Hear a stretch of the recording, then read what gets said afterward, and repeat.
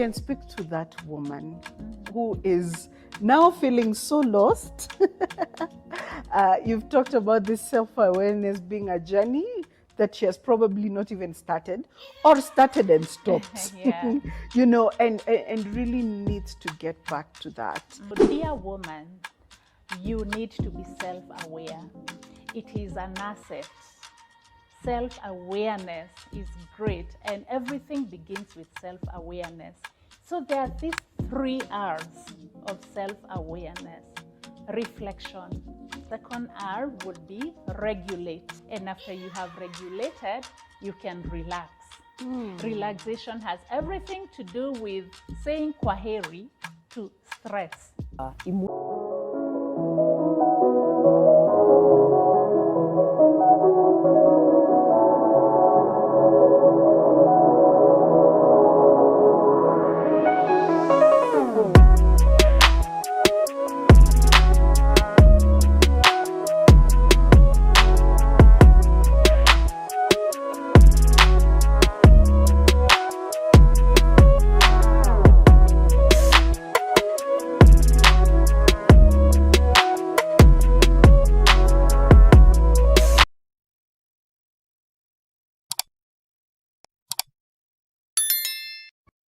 Hello, beautiful people. Welcome to Women, Words, and Wisdom Global.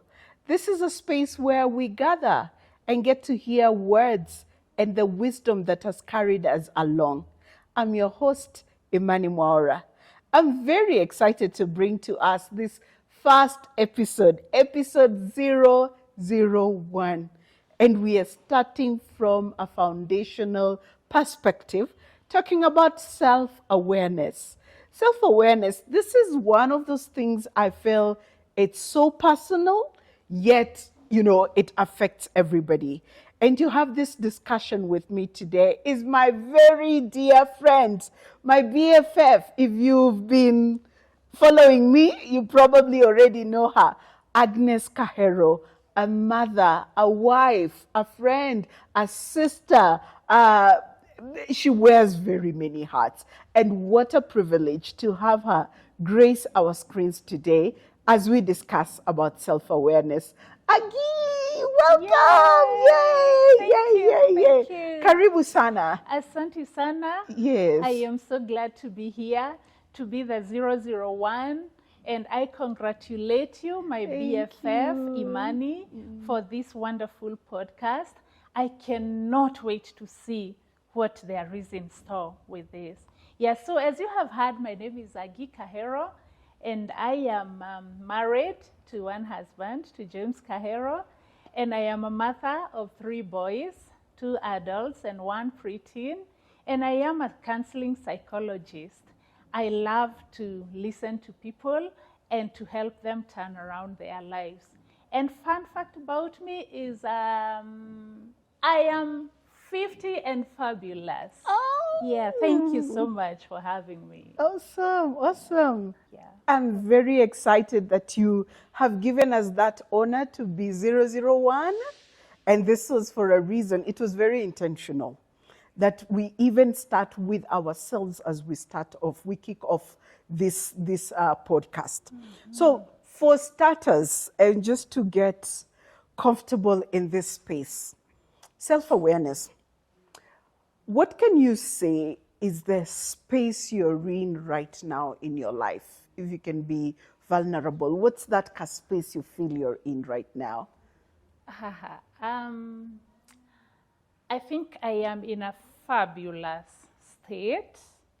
As you may very well know, I am still in the bubble of the 5th floor. Yes. Where I am, sometimes I wonder whether I should tiptoe. Yeah. Or I should put a bit of swag, or I should run up. Yeah. But I am feeling I am in the fabulous state of self-awareness. 50 and fabulous. Absolutely. Whoa. All right. Excellent. Thank you so much for saying that. So this topic about self-awareness, if we could start, how do you describe what is really self-awareness? Self-awareness is a very pertinent aspect of life. And everything begins with self-awareness, I would say. Yes. So we can do definitions first. Yeah. So self-awareness is the ability to understand, to understand your emotions, your thoughts, your feelings, and how you behave, your behaviors. Yeah.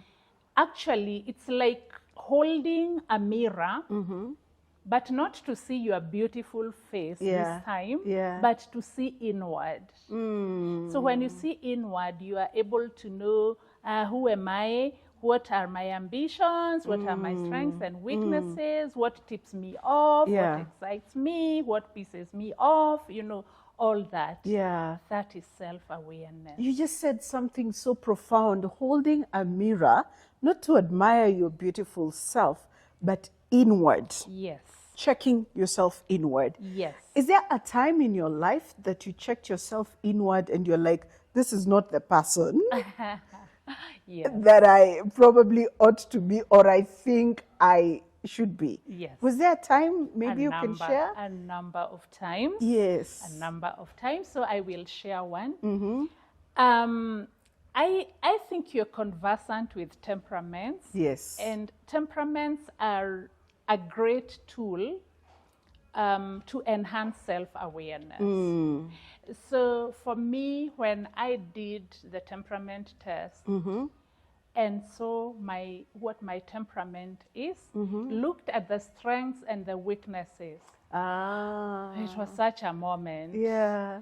Because I was able to understand, this is why people respond to me in the way they do. This is why I respond to people the way I do. This is why I have lost friends along the way. Yeah. Yeah, because I am a choleric, if you're familiar with those. Yes. And what we know about cholerics is that we can be very direct. Yeah. We lack grace. So when I realized that I lacked grace, it was a moment for me to turn around and to do things differently. Yeah. So temperament and really getting to know your personality is very, very important for self-awareness. Yes. Because then it makes you understand what your presence brings to the room. And by discovering that, did that change any aspect of yourself, maybe? Becoming self-aware that you're a choleric, and the strengths and weaknesses of a choleric. Did that change anything about yourself because of being self-aware? It did. It changed the way the way you call yourself into a meeting and say, all right, this is it. Yeah. Nimenaswa. So it's a moment to reevaluate, to reflect, and to do things differently. So, about cholerics, we are either black or white. There's no gray. No gray. And it can be very frustrating when I am interacting with you and you are expecting me to show some grayness. Yes. But I am just black and white. You call a spade and not a big spoon. And when doing that, you step on people's toes, you hurt their feelings, and so on and so forth. Yeah. So what I did, I learned grace. So when I learned grace, I learned that I can think before I say it or before I do it, because it's not just words, it's even actions. Yes. Yeah, I will think before I do it and before I say it, and then I will repackage. I will repackage. I will not sugarcoat still, because I am not a sugarcoater. I will not sugarcoat, but I will repackage. So I learned grace. I package with grace, so the delivery now is different. Oh my goodness, that is so profound. That self-awareness also helps us in our interactions. Because, I mean, nobody lives in isolation. We get to interact with people. So when you get to know about yourself, you also get to know how to deal with people. All right. Thank you, Agi. This is really interesting. And I think my takeaway is that mirror, that mirror that helps me to look internally. Yes. But what are some of the obstacles that cause us not to look at ourselves? Okay, there are quite a number of them that I could highlight. And because self-awareness does not happen in a day, it's a journey that begins from as early as possible. And one psychologist known as Erik Erikson, he highlights a number of stages of growth. And among the adolescents, he says that what happens in that stage is identity versus confusion. So you know that if you do not gain identity, you gain what? Confusion. You gain confusion. Wow. And that happens. So if that stage is not negotiated in the right way, or if it is skipped altogether, then it means ukombele you will have problems with self-awareness and identity. Because of course, self-awareness gives you identity. Yes. And I like what he says. He says that you should develop a strong sense of self-identity even before you successfully form interactions or relationships with people. Okay. So one of those barriers is not negotiating your childhood around adolescence especially. What do you mean by negotiating? Like a teenage, what are you negotiating? You see, negotiating means the daily happenings of life, and you, like a teenage, you don't even negotiate on your own. You have parents, you have teachers, you have peers. What influence do they have on you as an adolescent? How do they affect you positively or negatively? That is, the negotiation is a big for nothing word to describe that. So that is one reason. And I can, in that aspect, I can tag past traumas and pain. Because you see, one of the reasons one may not negotiate that stage successfully is because there's probably an existing or a past trauma or pain. And you see, when it is not healed, it is not dealt with, you carry it along for as long as you live until you get a moment when you understand that I need to deal with this trauma or with this pain so that I will break free. So trauma and unhealed pain. You know, that's really interesting. And I'm just thinking about the adolescent stage of life. You're really in control, but not really in control. You still have your parents, your other people really in charge of your life. Maybe for a moment, because what you're saying, self-awareness is a journey. And some of the things that I experienced during this time of adolescence, I can probably carry them for life. Yes, you can. But we are influencers of those adolescents.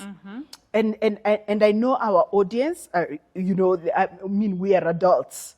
What is our place in helping build self-awareness to either our children, maybe teachers, they're dealing with this adolescents, uncles and aunties are dealing with this adolescents, and we should be aware this is a journey. What should we do during that time?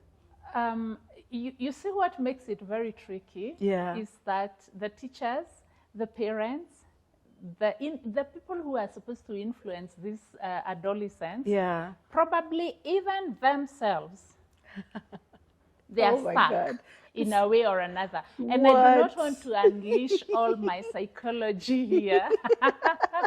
But it's just doing what is the right thing in your area of influence. Because you are empowered and you know a thing or two on how you should take care of adolescents, is doing that and empowering them. You see, like currently, I think our generation is said to overparent. So if we overparent, it means that we are constantly shielding and doing stuff Yeah. for this our adolescents, Yes. so they do not grow the muscle Yeah. or the skin to stand up for themselves. Yeah. And so of course that will interfere with their self-awareness. They will be timid, they will be intimidated, the society will look so huge for them. Yeah, so it's doing as a parent, like I as a parent of I have one preteen, yeah, it's empowering him and letting him know how he needs to navigate life, how he needs to stand up for himself, how he needs to develop himself, you know, the things he needs to do so that he can develop himself and become self-aware, little by little, day by day. So that past trauma and lack of identity are just one of the barriers of self-awareness. But there are others. Like negative self-talk, you know, when you're just saying, what makes me such a failure? I am such a failure. That one I know I can. Those I am not beautiful. You know, those negative self-talk. And of course, the opposite of that is positive self-talk. So there is positive self-talk. But if you're constantly speaking negatively to yourself, you do not become self-aware. You don't raise your self-awareness. So, I mean, that's a good one, because I'd like to even ask the people watching right now, are you aware of the words you use on yourself?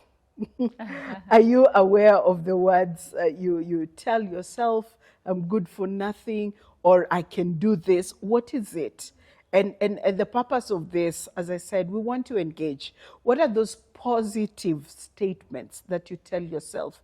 Maybe go on the chat and put it there. Someone may grab a word there, that I'm phenomenal, I'm audacious, I'm amazing. What are those words? I really like that. The self-talk, I'm not blowing my trumpet, but I think it's one of those things that I have seen the benefit of it, what I tell myself in the morning, what I tell myself during the day, what I tell myself at the end of the day is very, very critical. So thank you for bringing that. Self-talk, yes. And you see, self-talk really raises self-confidence. You know, I also stand in front of the mirror and speak to that person and tell her very nice things. And by the time I am living there, I am feeling empowered, I am feeling confident, I am ready for the world. At the end of this, I think people need to get new mirrors. New mirrors to help look at yourself in the inside. I'm really, really loving this. And you really talked about, I liked how you answered about the adolescent, because I feel we need a conversation on parenting. And very soon we're bringing a conversation on parenting, because clearly, as you said, it's a journey. It's not a destination. There's no place you say, this is where you start self-awareness. There's no curriculum to it. But we need to become aware of even our impact to even the generation that we are raising. Moving on, let me ask you, what habits or tools have you used to keep yourself, you know, connected to self-awareness and not forgetting? I'm sure there are days it's not always been rosy, but you found a way of grounding yourself. What are the tools probably that you can share with us, or things that you do to ensure that you become that self-aware? Okay, I think I would still talk of self-affirmation. Well, maybe it's a different way of saying positive self-talk. Self-affirmation plays a big role in, of overcoming any negativity, you know. So I would talk of self-affirmation as one of them. And there is also one I really like. And you, because you know me, you know I love it.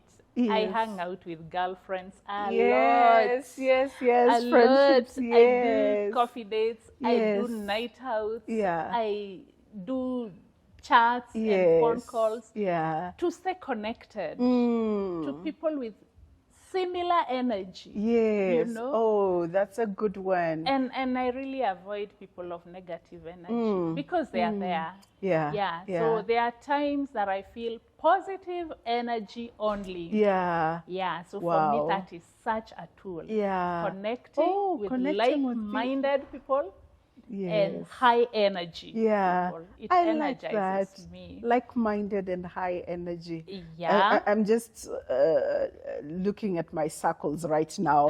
And anyway, Agi is my friend. So what I like. They say you attract who you are. Yeah. So yes. Oh yeah, that's amazing. So the people, what energies do we even bring? There's something you once told me. Yeah. That your vibe attracts your tribe. tribe. Yes. Yes. I carry that along quite often. Oh my goodness, the words I use Yes. at times that I don't know. Yes, it's very true. Your tribe attracts your vibe attracts your tribe. Yes. So I'm yes. so glad to be your tribe. Yes. Yeah. So yes. the other tool that you can use, I like journaling. I don't do it very consistently. I know Yeah. there are people who journal every day. Yeah. But there is an energy that is released by journaling. Yes. And so journaling is also one thing I would nice. recommend Yeah. as a tool Yeah. for creating self-awareness. Yeah. I don't know whether you've ever gone back to your journal and you're reading and you're thinking, did I write this?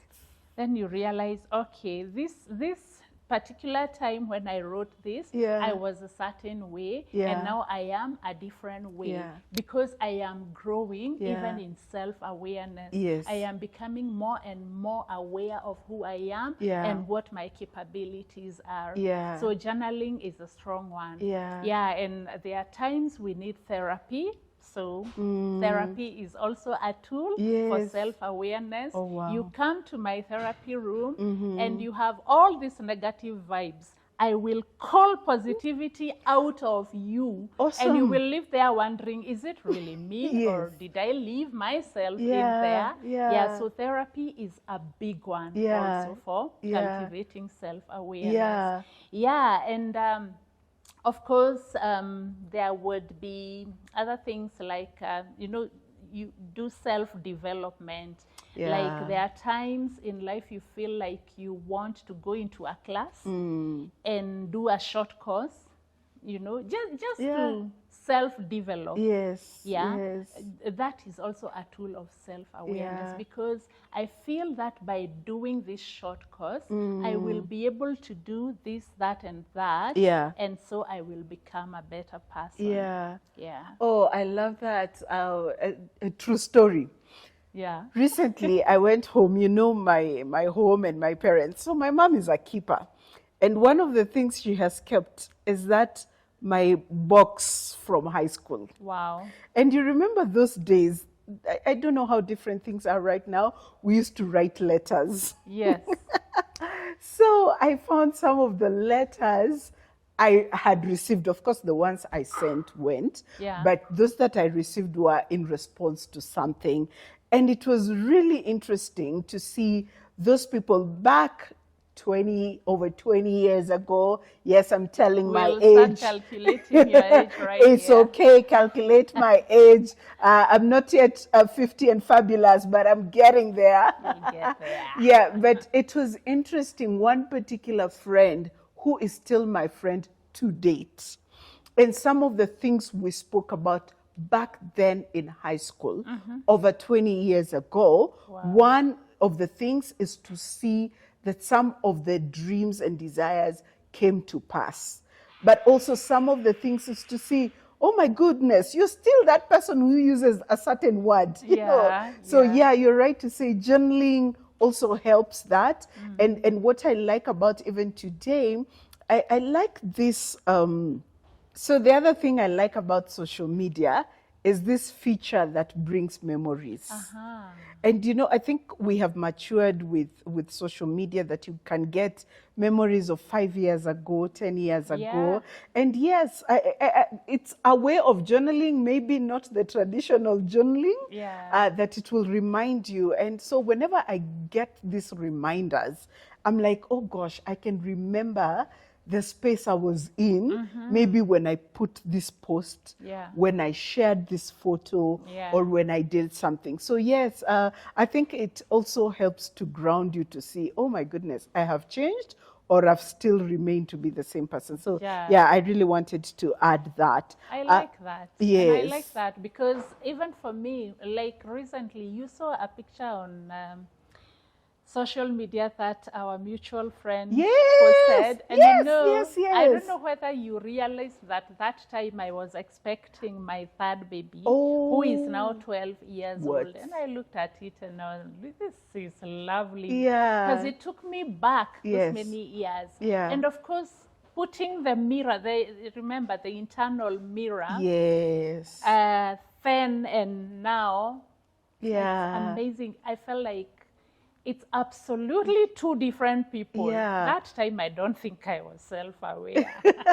My goodness, you mean that was 12 years ago? Actually 13. 13 years ago. Because I was expecting it. Oh, interesting. You see, that's a way of journaling, you know, that gets to remind you of that. This is really exciting. So journal and one time get to look and read what was happening back then, how life has changed, how life has remained the same, how me and myself, you know, have changed. The same. Yes. All right. Great. Thank you so much. Let's get back to the issue of obstacles. Or the barriers. The barriers, yes. Oh, yeah, I realized there were a few more that I would have. I can mention like 2 more. Okay, go ahead. Most importantly, there is a barrier called people-pleasing attitude. You're stepping on some toes. Okay, explain this. And you know, it all also stems from the temperament. Yes, exactly. I think my personality, that likes people pleasing. I've seen an aspect of that in me. Yeah. Self-awareness. You are growing. Yes. Yeah. So that attitude of people pleasing can really be draining. And it can suffocate your self-awareness because you are talking with yourself and you know the right thing to do or to say, but there are a number of Akinagi and others here who you prefer to please more than pleasing yourself. The person who is speaking inside you. So that can be such a barrier. Well, and I think many of us fall prey to that every now and then. I cannot say I am 100% free of that. I probably also have instances where I am overcome by the people-pleasing attitude. And then because we are living in an era that is very, very busy. We are always on the run, the rat race.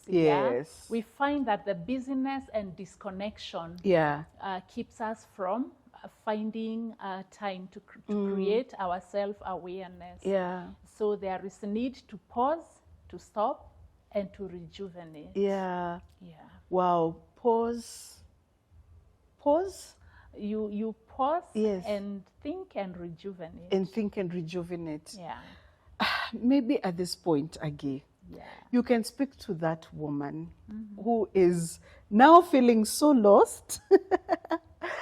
You've talked about this self-awareness being a journey that she has probably not even started or started and stopped, you know, and really needs to get back to that and get rejuvenated, you know. What is that you can, I want you to speak directly to that woman using this camera. Speak to that woman. You've talked about pausing and rejuvenating and maybe collecting yourself. What wisdom are you going to share with that lady? Actually, I am going to leave them with 3 R's of self-awareness. So, dear woman, you need to be self-aware. It is an asset. Self-awareness is great, and everything begins with self-awareness. So there are these 3 R's of self-awareness. Reflection. Reflect over your emotions, over your behavior, over your feelings and thoughts, and this will help you create emotional intelligence. And then the second R would be regulate.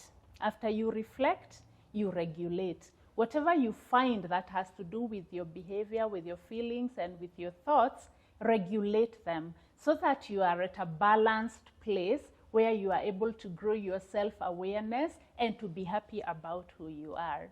And after you have regulated, you can relax. Relaxation has everything to do with saying kwaheri to stress. Stress is bad. Stress will suffocate your self-awareness. Stress will want you to please people and to do what you do not want to do. So please, dear woman, reflect, regulate, and relax. Wow, wow, wow. Did you get that? I really hope you've been taking notes. I'm here saying I have to re-listen to this. Self-awareness. What a way to start the episodes of Women, Words, and Wisdom Global. Thank you very much, Agi, for pouring with such wisdom to all of us. This is something that we need every day. I need every day. Let me speak for myself, that I need every day. Thank you for those reminders. Reflect, reflect, regulate, and relax. Yeah. Okay? Ladies, we have come to the end of our session today. I really hope you found this really helpful in your life. Remember, Women, Words, and Wisdom Global is a space where we engage, we equip, we empower, and we enrich each other to live a holistic life. I've been your host, Imani Mwaura. Remember to like, share, and subscribe to our channel.